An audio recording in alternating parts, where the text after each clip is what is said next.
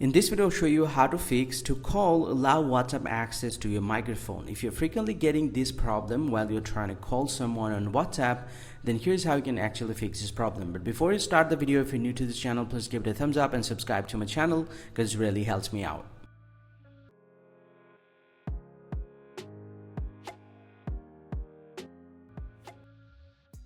Well, to not fix this problem, you just need to get back from here, and from the home page, you just need to press and hold the WhatsApp application like this and then tap on app info.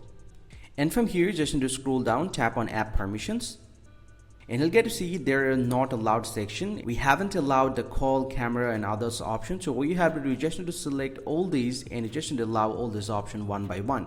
So I'm going to select the camera and allow, get back, and then select file media as well. So following the same way, you can allow all this option.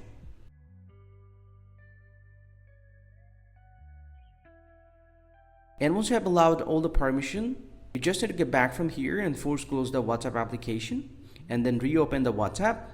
Now this time, if you call someone, the problem will be fixed. Hope you find this very helpful, guys. If you do, please drop a like and subscribe to the channel. See you guys around, and thank you very much for watching.